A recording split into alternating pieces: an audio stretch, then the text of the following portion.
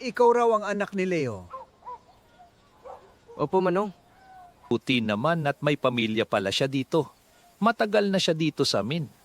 Nakita namin siya sa ilalim ng tulay nung naghahanap kami ng kalakal na basura. Ang sabi niya siya daw si Leo at hinahanap niya raw ang asawa niyang si Maita. Dalas siyang tulala at tahimik.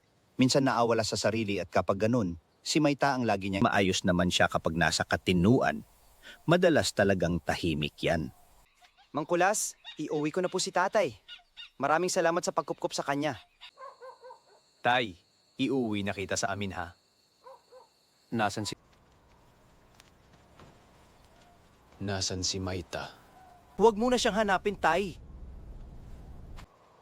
Ano ba naman yan, Marco?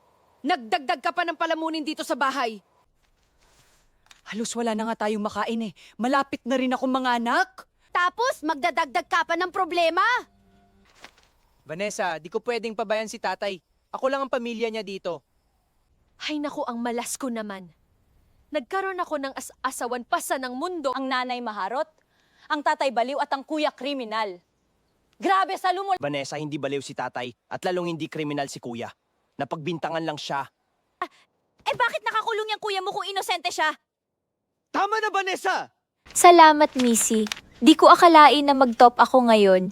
Akala ko nga wala na tayong pasok bukas at day off mo rin sa bakery. Available ka ba bukas? Bakit? Sama ka sa akin sa bayan, mamasyal tayo para makapag-relax ka naman minsan. Naku, Missy, di ako pwede. Paubos na yung bigas namin kaya tatanggap ako ng labada. Uy, te. Uso magpahinga minsan. Makiuso ka rin, no? Ano ka ba? Ako, sa katulad kong nanay at tatay ng mga kapatid ko, di ako pwedeng makiusap. Ikaw na talaga ang ulirang kapatid. Congrats, 8. Top 1 ka na naman sa school. Nakaka-proud ka, ate. Salamat, Ayla. Ikaw, kumusta ang exams mo? Sakto lang, ate. Bagsak na naman siya, ate.